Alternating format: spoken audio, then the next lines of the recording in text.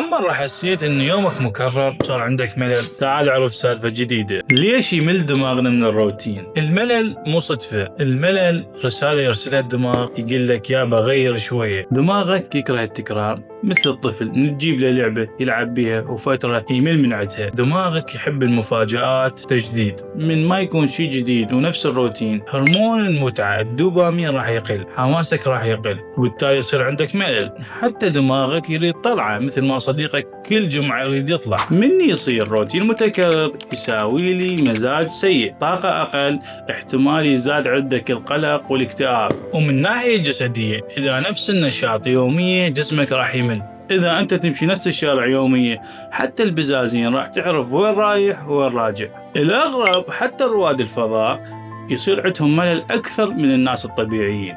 ليش؟ لأن بيئتهم ثابتة، عايشين بسفينة فضائية، فوكالة ناسا تضيف لهم تجارب وأشياء جديدة على مود تحافظ على صحتهم النفسية. وإذا نرجع لورا نشوف أجدادنا كانوا يكسرون الروتين، يقعدون بالمضايف والمجالس، سالفة منا، حكاية منا، نكتة منا، شعر منا، وحتى لو شاي وكذب هم تخلص. وهنا أنا راح أعطيك كم نصيحة تفيدك تغير الروتين ولو جزئيا.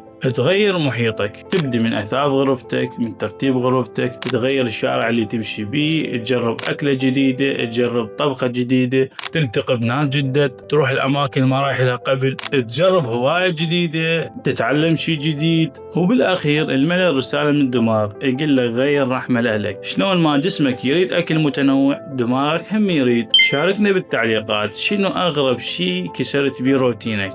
تريد بعد سالفة لو كافي؟ لايك وتعليق ومشاركة للفيديو.